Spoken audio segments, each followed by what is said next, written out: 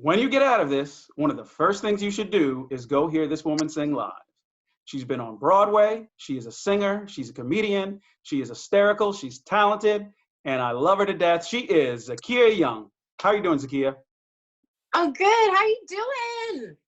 Hello from Brooklyn. Where are you on with us from right now? I am zooming in from LA. Yeah. Yep. And I know you've been through LA earthquakes, LA fires. You've been through 9/11 in New York. So you've Nope. seen some things. I've This is a seen little bit different. something. Yep. Yeah. Yeah. How was your quarantine birthday recently?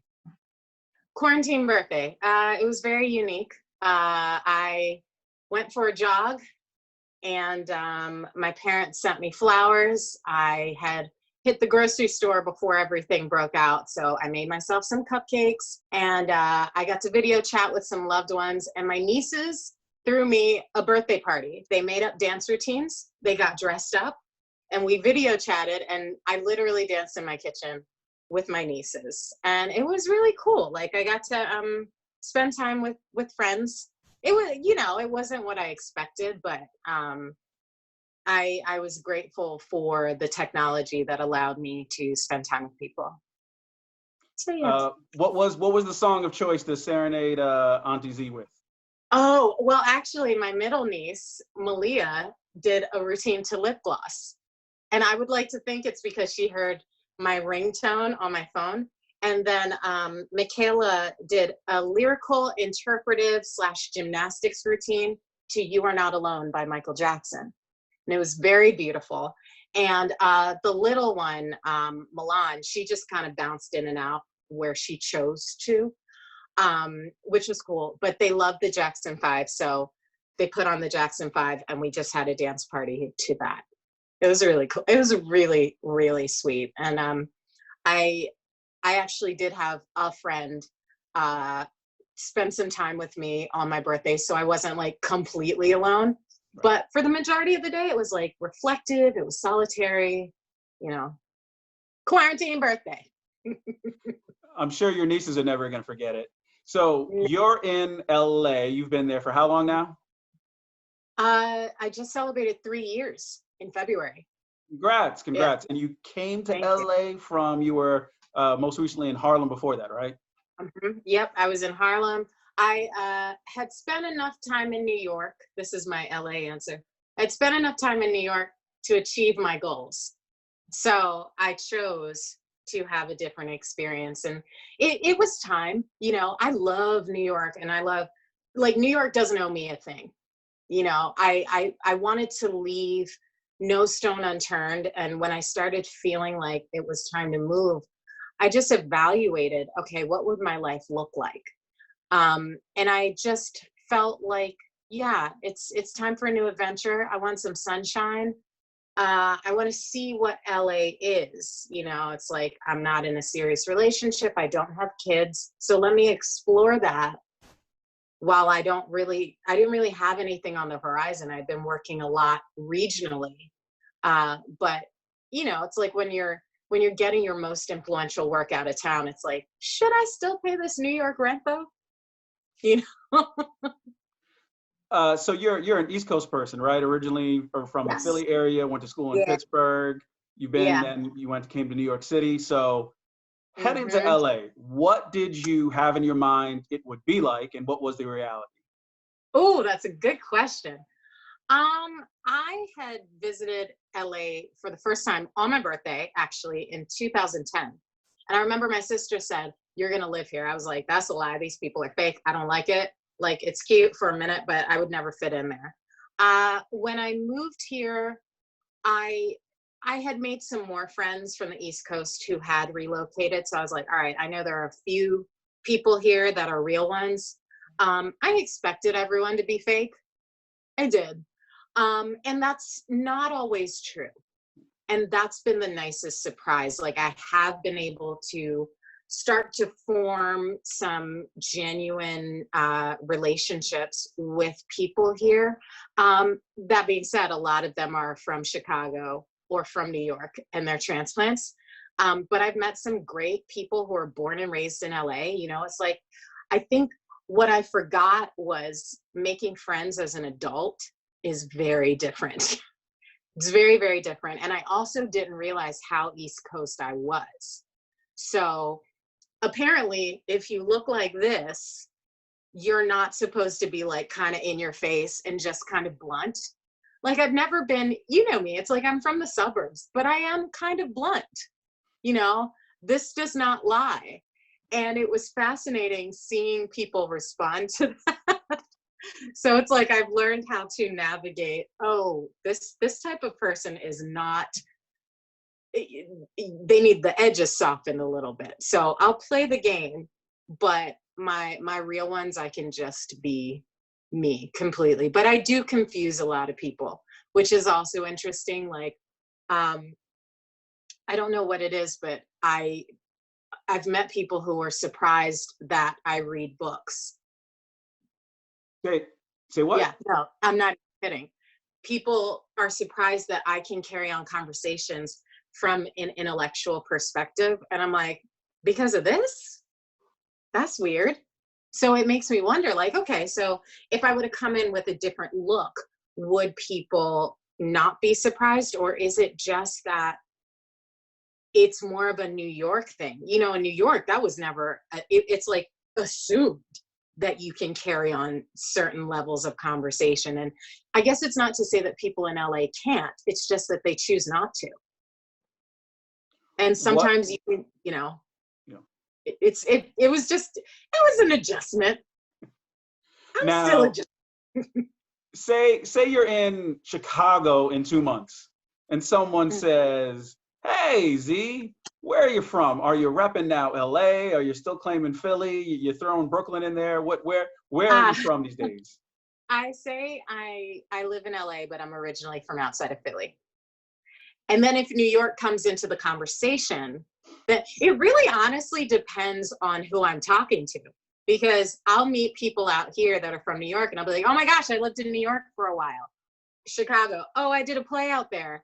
But I meet a lot of Philly people who are now in LA, which is crazy. I never anticipated that. But yeah, East Coast.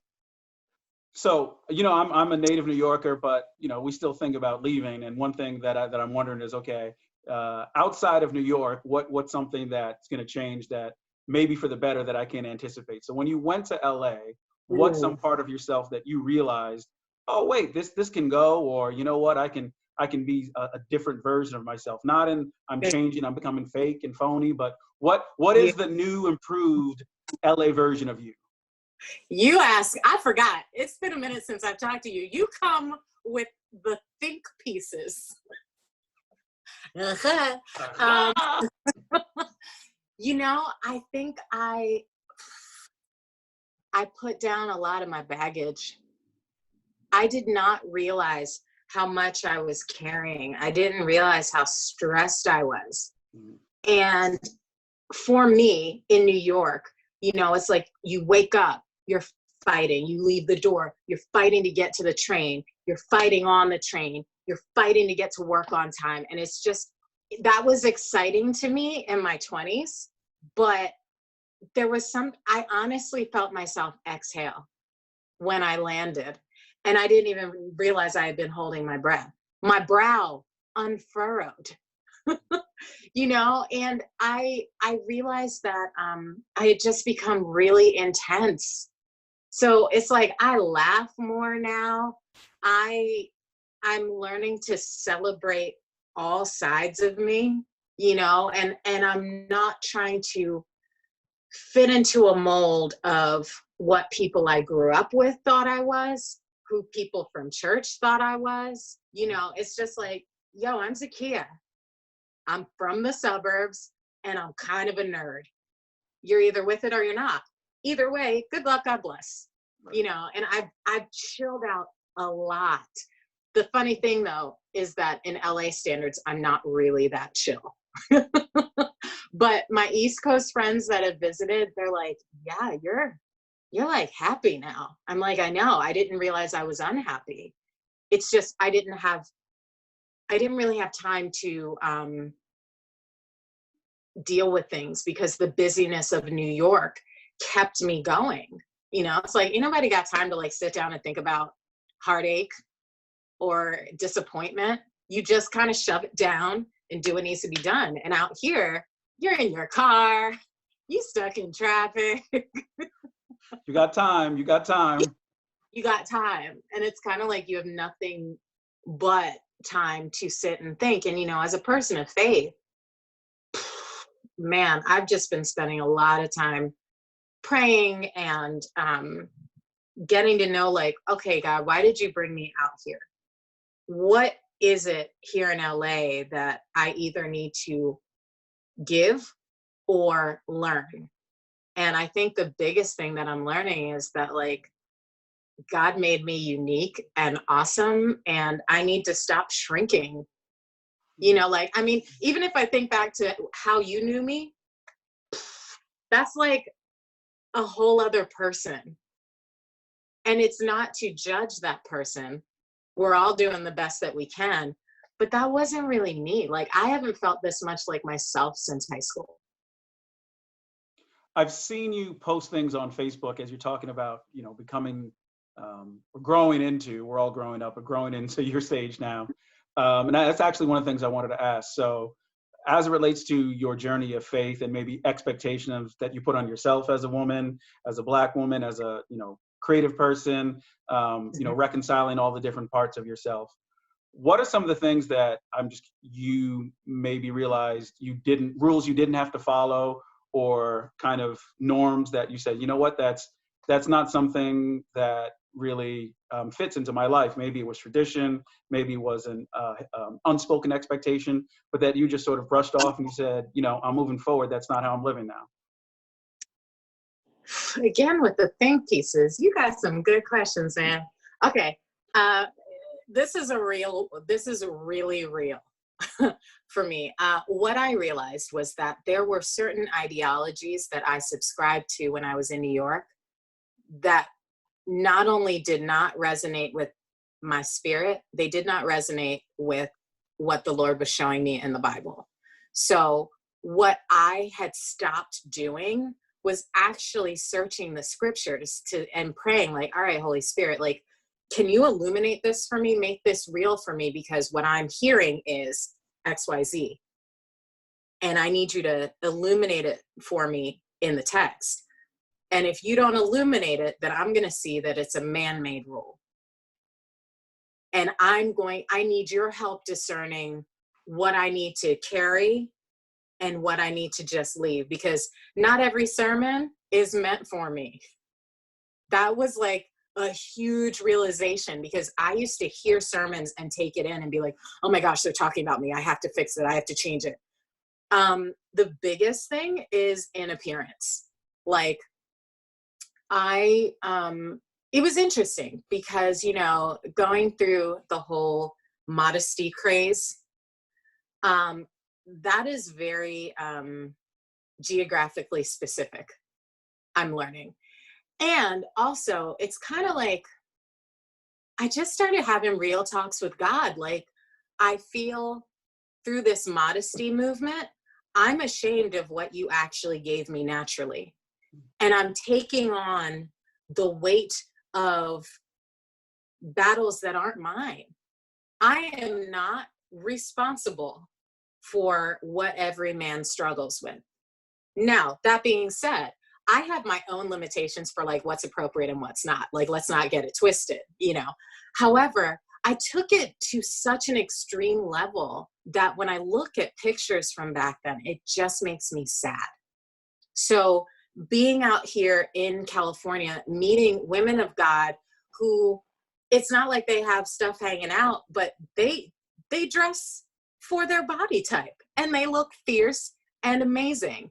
And it's not all ankle length skirts and baggy tops, you know? So I think that a big thing that I have been, you know, constant communication with the Lord about is like body type. Like, LA is a beach town, you know? And there's something about when you go out with the purity of like, I'm going to the beach, you know, let's put on some shorts and swimsuit. And, you know, you're not, if you're still bound in that prison of modesty culture, it just, I feel like you just miss out on a lot of God's blessings. You know, it's like you become self-centered. All you're thinking about is, how am I affecting other people? And you're literally missing out on everything else, because there's a fear there. So that's been like a really big thing. Also letting myself enjoy makeup, you know, that's a thing out here in LA. It's like, oh my gosh, why wouldn't you put on makeup before you go to a dinner? In New York, it was kind of like, I don't have time for that. I'm so serious. You know what I mean? But yeah, biblically, also I went to a few different churches before I chose the place where I worship now. And I wanted to make sure that the Spirit was there, you know? And I also realized that, you know what? There can be a ton of different churches that are all great, but it doesn't mean they're all right for me. It doesn't mean I'm going to get fed there. It's no diss to them, you know, but it's like, yeah, I got to go where I can grow, you know, because especially having been in ministry for so many years, sometimes you just have to sit down and get fed because you've just been giving out. And that's kind of the season I'm in. And I'm also learning that ministry can look totally different. So I'm in a gospel choir with a bunch of people. It's called the Singers of Soul. My boy Diedrich runs it, Diedrich Bonner. He and I did a musical together. And the choir is made up of all types of people, all different sexual orientations, gender identities, different histories with church. Some have been kicked out of church. Some just don't like church, but they love the music, but they're open to the idea of a higher power. And it's been so dope because it's like, I can love on people regardless of what their affiliation is. And I feel like that is the truest way to show Jesus to people. You know, it's like, all right, this is where you're at. Cool. I don't care about any of that stuff. Can you sing on pitch? Cool. Let's sing. You know what I mean? So It's on the like, East I feel Coast, like it was, what church did you go to? On the West Coast, it's, can you sing on pitch? well, I mean, that's just for me, because I know there are West Coasters that have different ideas about it. And that's been something interesting out here. I've had a lot of disagreements with well-meaning people who feel a certain type of way. And I'm just kind of like, yo, I'm not trying to fight about it. You know what I mean? Like, if this is what God is speaking to you, who am I to say, no, he isn't? I don't know what God says to you. I know what he says to me, and I know how he's telling me to go out into the world, you know? And I think that it's like, not looking at the time we went to the same church as a bad time. I felt like that time was purposeful. I learned a lot, and I felt like God was speaking to me in that moment. But messages change, you know, if you keep the open dialogue with the Lord, he's gonna take you out of your normal. And sometimes you outgrow where you are. Sometimes it's like, all right, it's time for a different chapter. It's time for a different part of your journey. And I don't think I would be as close to the Lord as I am now had I not been through the stuff in New York. Like, I talk to him all the time. Like, I talk to him about stuff that people are like, you pray about that? I'm like, absolutely. He knows what it is anyway. You know? Have you found that, so you talked about your journey in LA. I'd say, you know, you feel more free, definitely more healthy, both physically and you know, spiritually, definitely in your soul. How has that changed your professional side as a performer? How is it opened up anything in the way that you sing, in how you approach being an actress and a performer? What's different now being in LA that you feel yourself just being a little bit more free, a little bit more relaxed, and just healthier overall? Good question. I think that because I'm emotionally healthier, I allow myself to have more experiences, which then informs my acting and my singing. So, like, something I didn't mention, the expectations of being married by a certain age, having kids by a certain age, that has just gone out the window. And I think I I see my first marriage as, you know, it happened, I learned from it. The biggest takeaway for me was, yeah, you don't have to rush. You really don't. You really don't. And, you know, it's like, as I have moved on from that relationship and met incredible people, I've realized, like, yeah, not everybody is supposed to walk with me in this journey. And I think that releasing that has been just amazing for me artistically, because there's not this panic. You know what I mean? Like, I feel like in New York, it was like, I got to do this. I got to do that. I got to do this by this age. And if not, I'm a failure, you know? And it's like, when out here, it's just kind of like, all right, you know, cool. I did my best today. That's literally all I can do. But I think that out here, I'm letting myself have so many more experiences. And because of those experiences, including dating, which was not something I was really doing on the East Coast, that has helped me tap into different emotions that I had only read about, you know, and those emotional journeys can give you just such different texture in your acting as well as your singing. And I've just, and it's not that deep. Do you know what I mean? It's like, I don't walk into the audition room anymore like with that energy of, if I don't get this, my life is over. And I think that there's something to the work-life balance out here in LA. Like in New York, as an actress, I was always, always, always grinding. And if I wasn't working in New York, then I'm on a plane to work somewhere else. But out here, it's kind of like, no, settle down. You can get a job. I'm an adjunct professor at a college, so I'm still in the industry. I'm teaching in the musical theater department. And it's like, people actually put down roots here and have families. And I felt that as a woman in New York, I was not making the time to do that because I didn't feel like I could. Probably for a myriad of reasons. I do know actresses in New York who are happily married with kids, but I do feel like there's something about the release and the flow out here in LA that it's like, yeah, I want that. It'll happen. Let me just live my life and I'll audition. It also helped open the door for new opportunities that I never would have gone for. Like through the gospel choir, we like are on the that pop group BTS. We're on their latest album. We're on a feature. I know. I know. I'm on their Wikipedia page. It's crazy. It's crazy. I never would have done that in New York.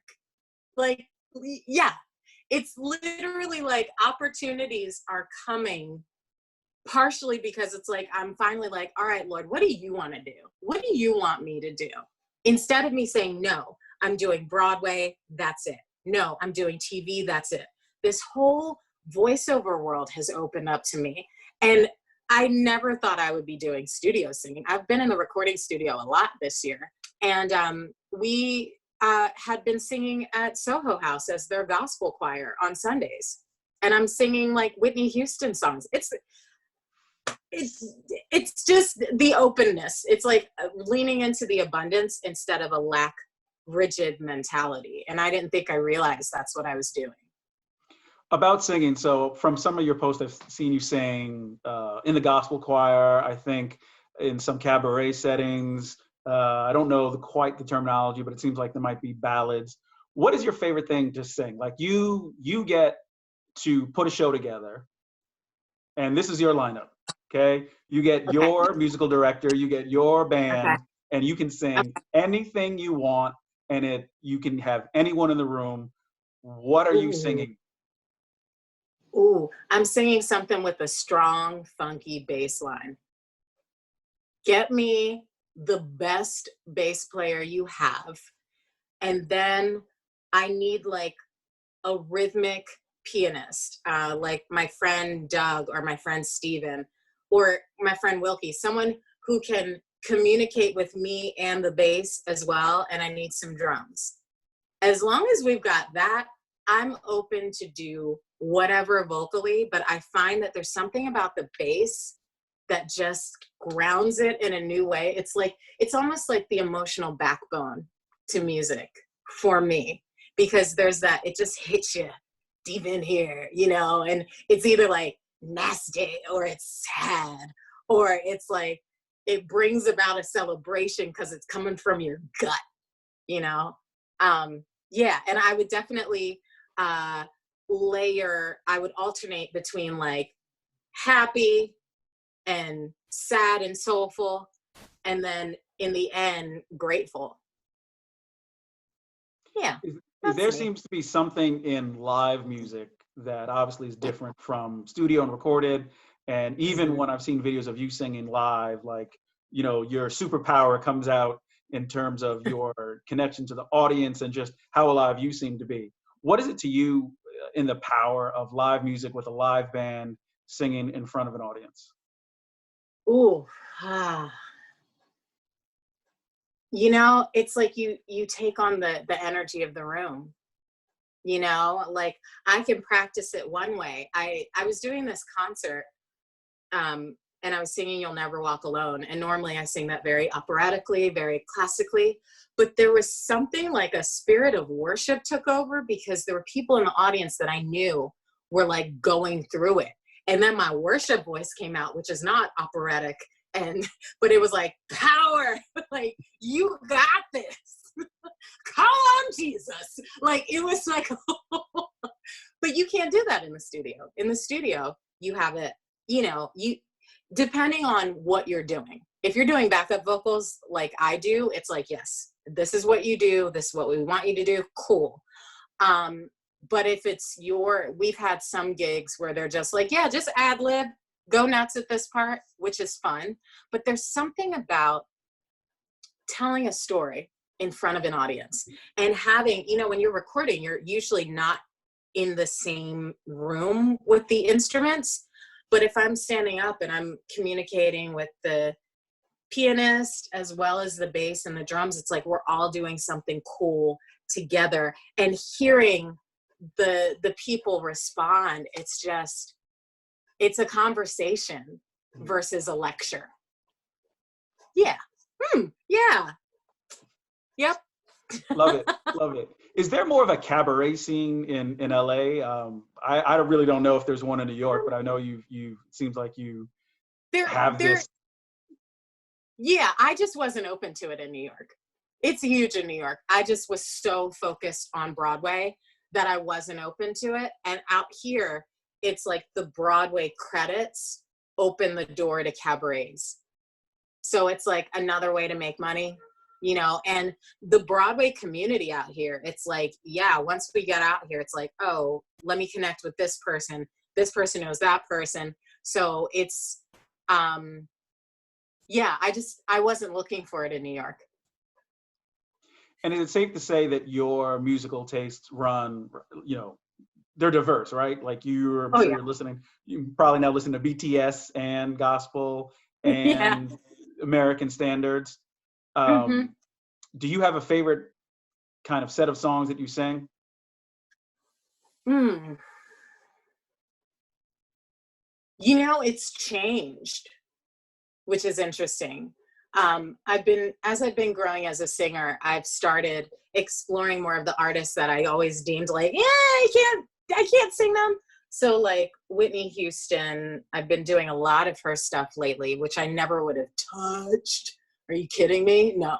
I've been revisiting a lot of like 70s, 80s, 90s soul music. I do appreciate a good country song though, like Carrie Underwood.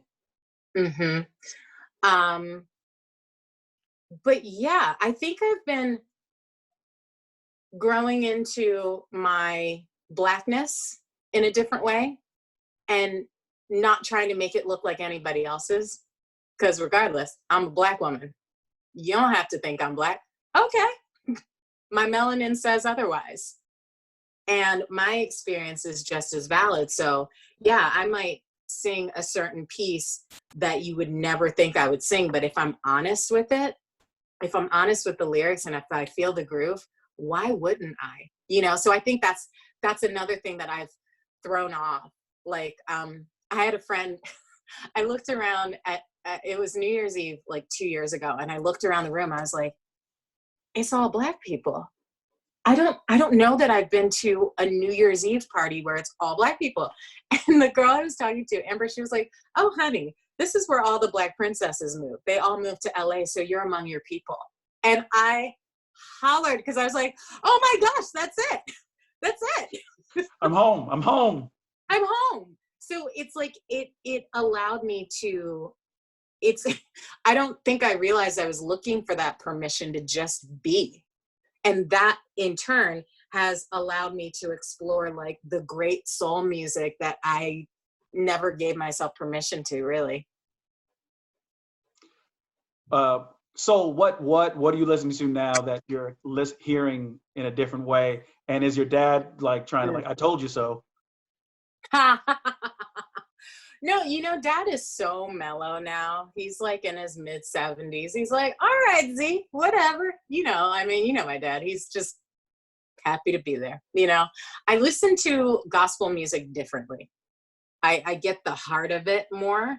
And who have I really been? Shaka Khan, Stevie Wonder. I've been listening to him with new ears. I've really just been, let me pull up what's on my iTunes. I have a lot of worship music. Duffy, I've started revisiting her as well, because she had a soul that was, Linda Ronstadt, you know, it's like just vocalists, you know what I mean? Let me think. Mississippi Mass Choir. Lord, I have been listening to Mississippi Mass Choir. That is my mom's group. Like my mom, there was a summer that we were on a road trip. I think we drove to Louisiana from Pennsylvania.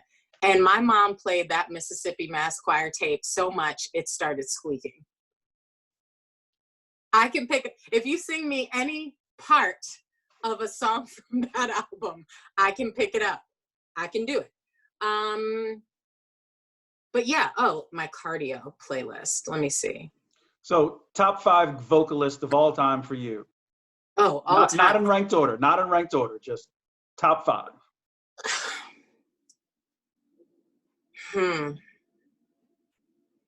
Dang. I really don't know. I really don't think I can say, because each one has different gifts.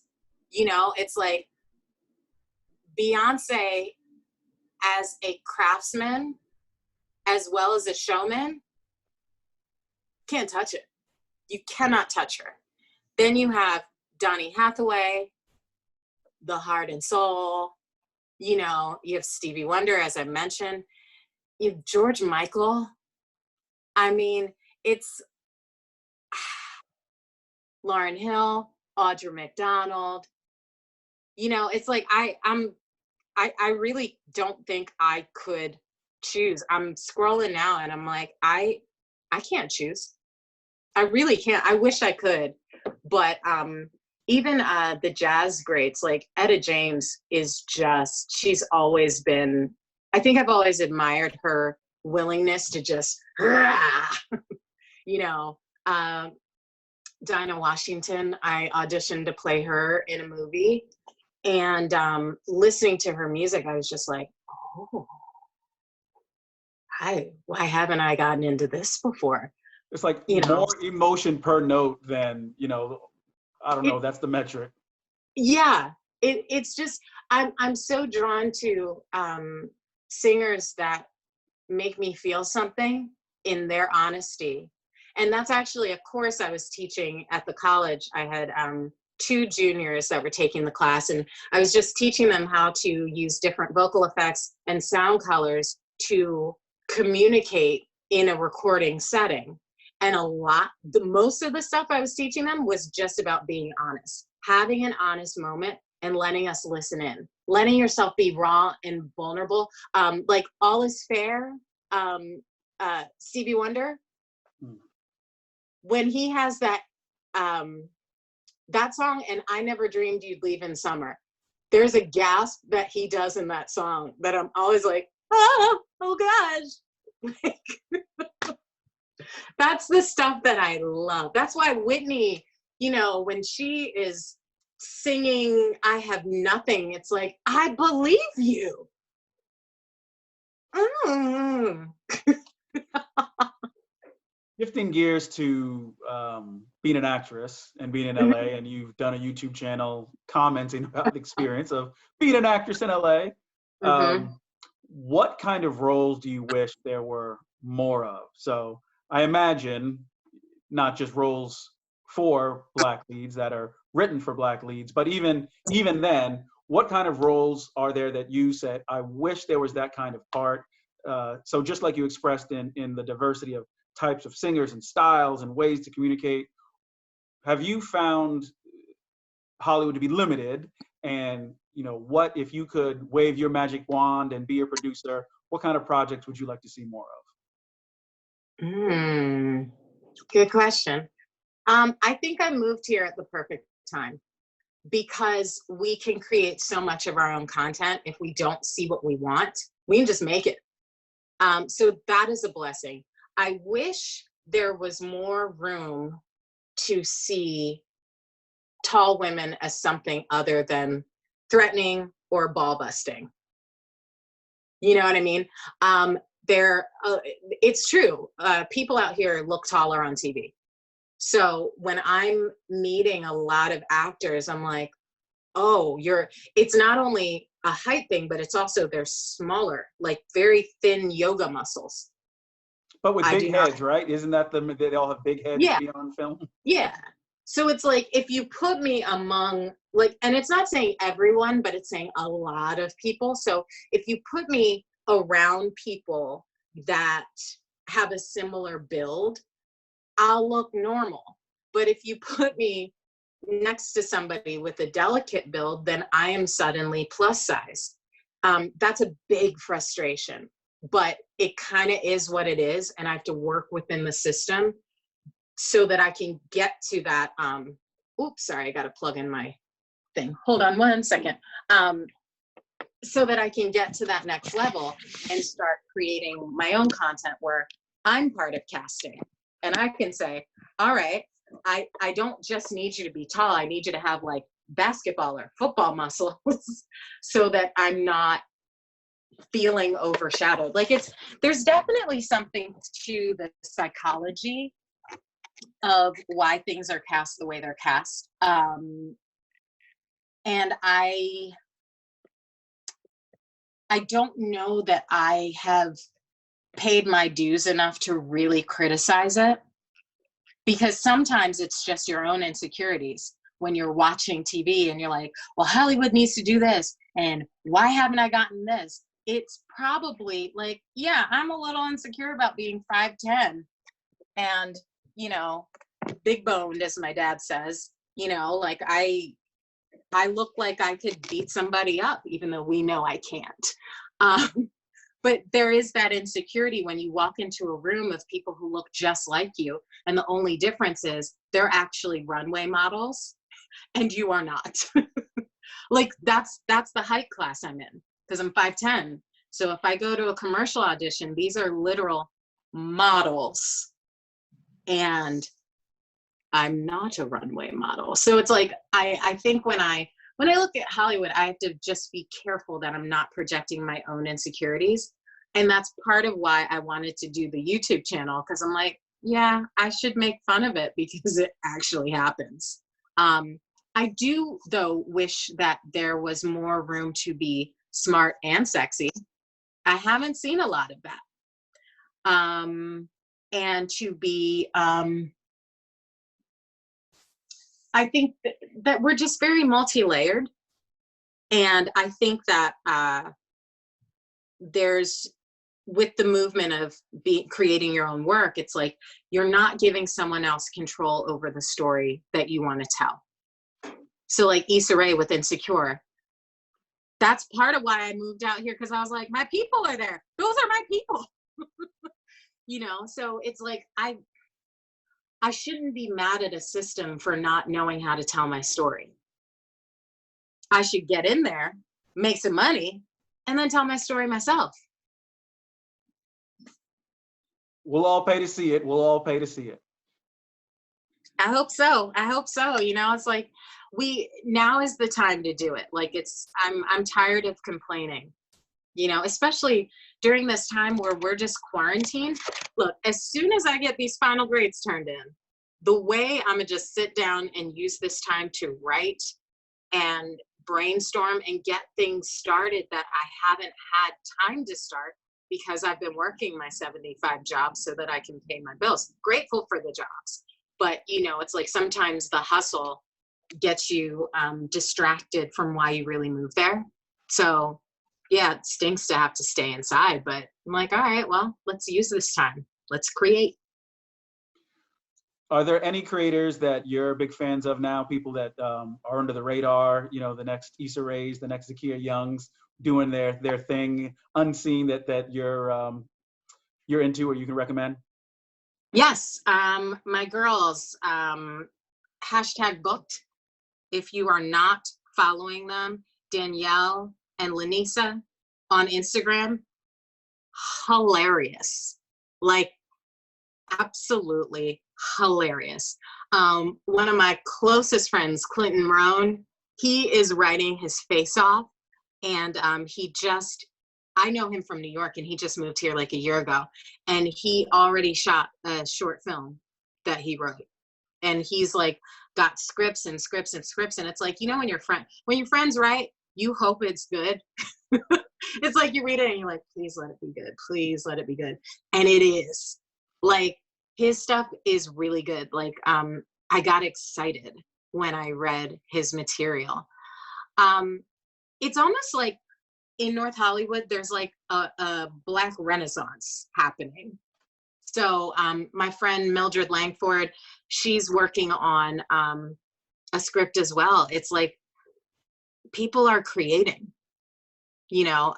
But yeah, hashtag booked is the first one that I really, I mean, I met Danielle in Chicago, and for them to come out and get something that resonates so much with the acting community is really dope. Hilarious. To wrap up, I have just some rapid fire questions. Are you ready? All right, let's do it. Yes. Okay. Lion King, original or remake? Original. Before I Let Go, Frankie Beverly and Maze or Beyonce? Frankie Beverly and Maze. Come on. This summer, there's a family gathering. What song is going to get your mom on the dance floor before any other? Brick House, Commodores. And then lastly, Easter's coming up. Favorite Easter memory? Oh, we always have an Easter egg hunt, and my niece Malia was like just in the phase where she was just able to sit up, and we were following Michaela, the oldest, around because she was toddling around finding things, and I just happened to look over, and Malia is just falling in slow motion sideways, and it was the funniest thing because she's just kind of looking like anybody, falling. Oh God. Hands down my favorite Easter memory. Well, happy Easter, happy Passover to you, Z. Thank you for your time, and can't wait to see what you're coming up with. Thanks for having me. I'm so happy you're doing this. Congratulations.